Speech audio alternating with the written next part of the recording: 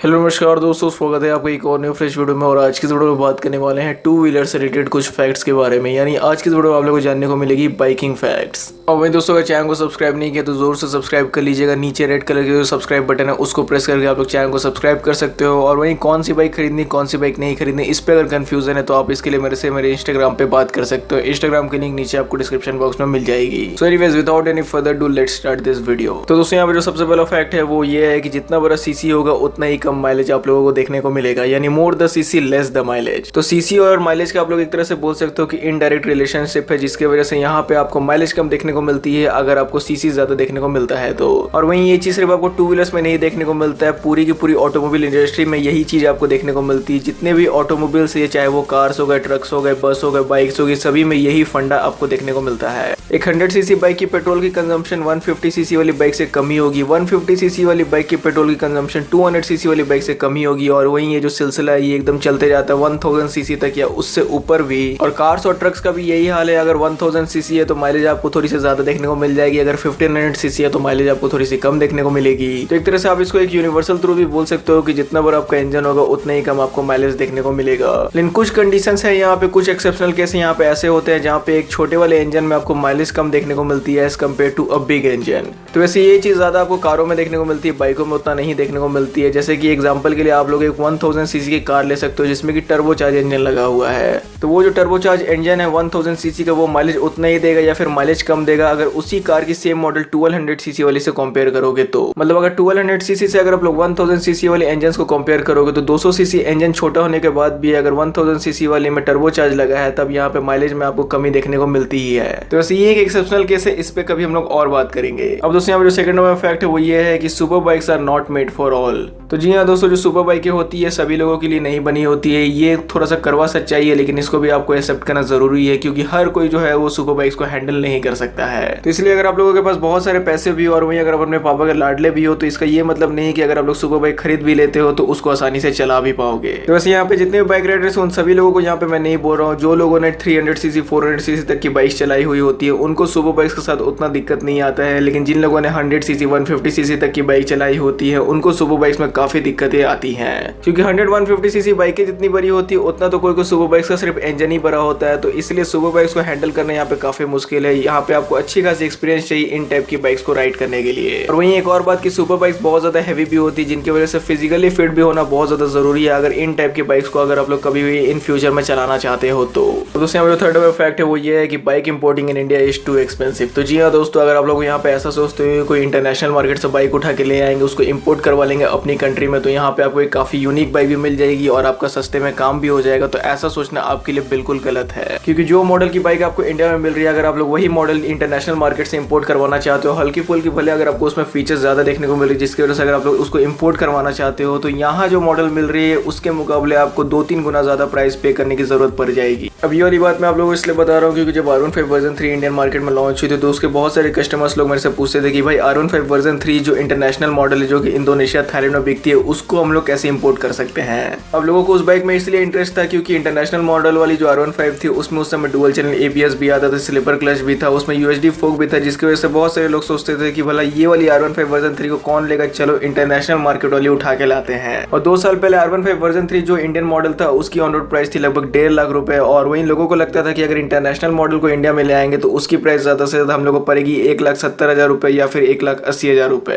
लेकिन लोग उसमें ये चीज ऐड करना भूल जाते थे कि वो बाइक को यहाँ तक लाने में इतना ज्यादा प्रोसेस लग जाएगा कि वो 2 R15 वर्जन 3 इंडियन मॉडल की प्राइस पहले ही कंज्यूम कर लेगी। तो सबसे पहले तो आपको ट्रैवल करना पड़ेगा, आपको अब्रॉड जाना पड़ेगा और वहां पे कोई डीलर को पकड़ना होगा और उसको काफी ज्यादा रिक्वेस्ट करना होगा कि भाई सिर्फ मेरे को एक यूनिट चाहिए, एक ही R15 वर्जन 3 तुम्हारी वाली चाहिए। वैसे यहाँ पे जो डीलर्स लोग हैं वो एक बाइक को कभी भी शिप नहीं करते हैं क्योंकि एक बाइक को शिप करने में उन लोगों को कोई भी प्रॉफिट नहीं दिखता है, उन लोगों को काफी ज्यादा खर्चा भी आता है। तो इसीलिए जब तक वो लोग बल्क ऑर्डर्स नहीं ले लेते तब तक वो लोग शिप नहीं करते हैं। और ये बात आप लोग खुद भी समझ सकते हो, स्पेशली वो लोग अच्छे से समझ जाएंगे जिनका जो फैमिली बैकग्राउंड है वो बिजनेस वाला है। यहाँ पर आप लोग भी जानते हो कि बल्क ऑर्डर्स में हमेशा फायदा होता है, 1 या 2 में फायदा नहीं होता है। तो इसलिए आपको बहुत ज़्यादा डीलर को रिक्वेस्ट करना पड़ेगा कि भाई दे दे, लेकिन यहाँ पे डीलर आपकी मजबूरी का फ़ायदा उठाएगा और वो आपसे जो बाइक की प्राइस है वो ज़्यादा चार्ज करेगा, जो कि वहाँ की ऑन रोड प्राइस होगी उससे कंपेरेटिवली। फिर उसके बाद चलिए माना कि डीलर को आप लोगों ने मना लिया, उसको एक बाइक सेल करवाने के लिए मना लिया, तो बाइक आप लोगों ने उससे खरीदवा ली। फिर यहाँ पे आएगा कि आप लोग बाइक को इंडिया शिप कैसे करोगे। यहाँ पे जो सबसे बड़ा ऑप्शन है कि आप लोग बाइक को शिप करोगे वाया द कार्गो शिप। फिर उस शिप में आप लोग अपनी बाइक को लोड करवाओगे, वहाँ पे आप लोगों को शिपिंग चार्जेस पे करनी पड़ेगी और शिपिंग चार्जेस पे करने के बाद आप लोगों को मरीन इंश्योरेंस करवाना पड़ेगा कि अगर शिप कहीं रास्ते में डूब जाती है तो आपकी जो बाइक की क्लेम है वो आपको मिल जाए, बाइक की जो पैसे है वो आपको मिल जाए। तो मरीन इंश्योरेंस का अलग से खर्चा आएगा।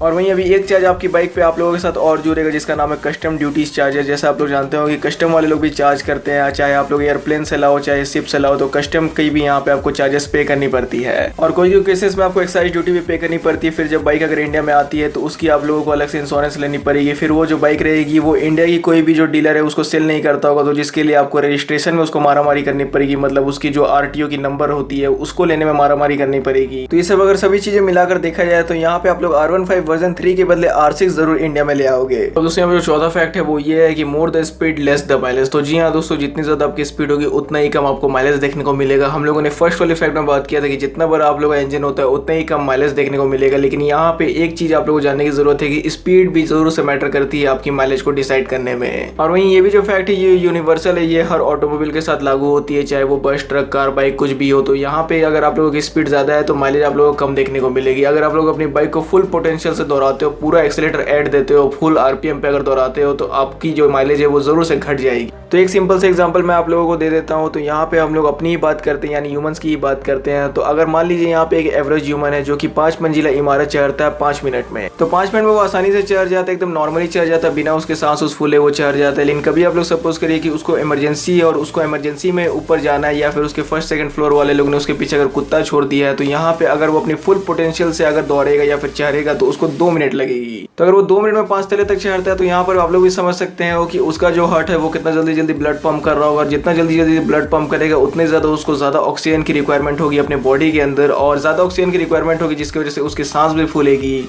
तो यहीं पे दोस्तों आप लोगों ने समझा होगा कि अगर हम लोग बहुत ज़्यादा हड़बड़ी में काम करें, बहुत ज़्यादा जल्दबाजी में काम करें, तो हमारा जो हार्ट है वो बहुत जल्दी जल्दी ब्लड पंप करता है, जिसकी वजह से बहुत ज़्यादा ऑक्सीजन की रिक्वायरमेंट होती है। तो वही सेम केस बाइकों के साथ भी लागू होता है, कारों के साथ भी लागू होता है। तो इसलिए अगर आप लोग बाइक कारों को बहुत ज़्यादा अगर हाई स्पीड पे चलाओगे तो उनमें भी जो फ्यूल का इंटेक है वो बहुत जल्दी जल्दी होने लगता है, उनके इंजन में भी जो फ्यूल सप्लाई है बहुत जल्दी जल्दी जाने लगता है, जो कि नॉर्मली उतना नहीं जाता। और ज़्यादा फ्यूल सप्लाई होने की वजह से यहाँ पे जो आपको अल्टीमेट रिजल्ट है वो माइलेज में देखने को मिलता है, माइलेज कम हो जाती है। अब दोस्तों यहाँ पे फिफ्थ फैक्ट है वो ये है कि power is more important then features. तो जी हाँ दोस्तों, यही एक्चुअली में सच्चाई है कि जो पावर होती है वही ज्यादा लोगों की यहाँ पे डिमांड में रहती है एज कम्पेयर टू फीचर्स। वैसे बहुत लोगों को हो सकता है कि ये चीज सुन के उतना अच्छा ना लगे, लेकिन एक्चुअली में यही सच्चाई है। तो यहाँ पे सिंपल सी बात है कि एक न एक बार आप लोग पूरे फीचर्स को यूज करने के बाद जरूर से फीचर्स में बोर हो ही जाओगे, लेकिन यहाँ पे जो बाइक की पावर है वो हमेशा आपको एक नया थ्रिल देगी जब भी अगर आप लोग बाइक को राइड करोगे। तो अब जस्ट सपोज कर लीजिए कि यहाँ पे मेरे पास एक 150cc की बाइक है, उसमें फीचर्स तो कंपनी ने ठूस ठूस के दिए है, एकदम कूट के दिए है कि फीचर्स से कोई भी कमी नहीं की उसमें, लेकिन उसमें हल्की फुल्की पावर कम है। और वहीं यहाँ पे एक 180cc की बाइक है जिसमें कि आपको सिर्फ पावर और टॉर्क ही अच्छा देखने को मिल रहा है, फीचर्स हल्के फुल्के काम चलाने वाले मिल जा रहे हैं। वैसे वीडियो में आगे बढ़ने से पहले मैं आप लोगों को बोलना चाहूंगा कि अभी तक से अगर आप लोगों को वीडियो पसंद आ रहा है तो चैनल को जरूर से सब्सक्राइब कर लीजिएगा, बिना सब्सक्राइब किए बिना मत जाइएगा।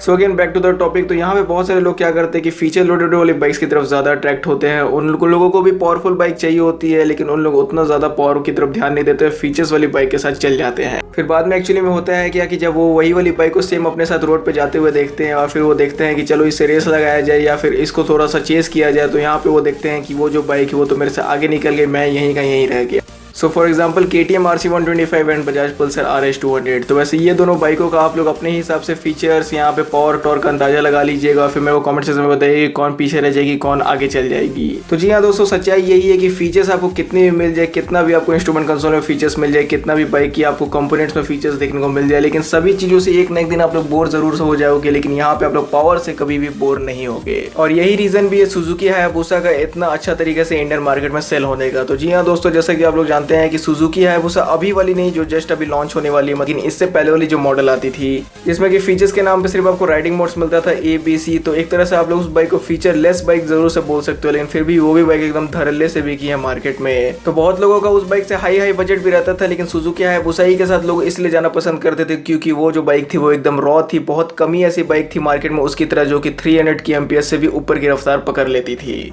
जिसकी वजह से बहुत सारे सुपर बाइकर्स कस्टमर्स लोगों ने फीचर्स वाली बाइकों का त्याग किया और यहाँ पे परफॉर्मेंस को चुना। और मेरे को नहीं लगता कि जिन लोगों ने ऐसा सोच के सुजुकी हायाबुसा लिया होगा उन लोगों को कभी भी अपने डिसीजन में एक थोड़ा सा भी संदेह हुआ होगा।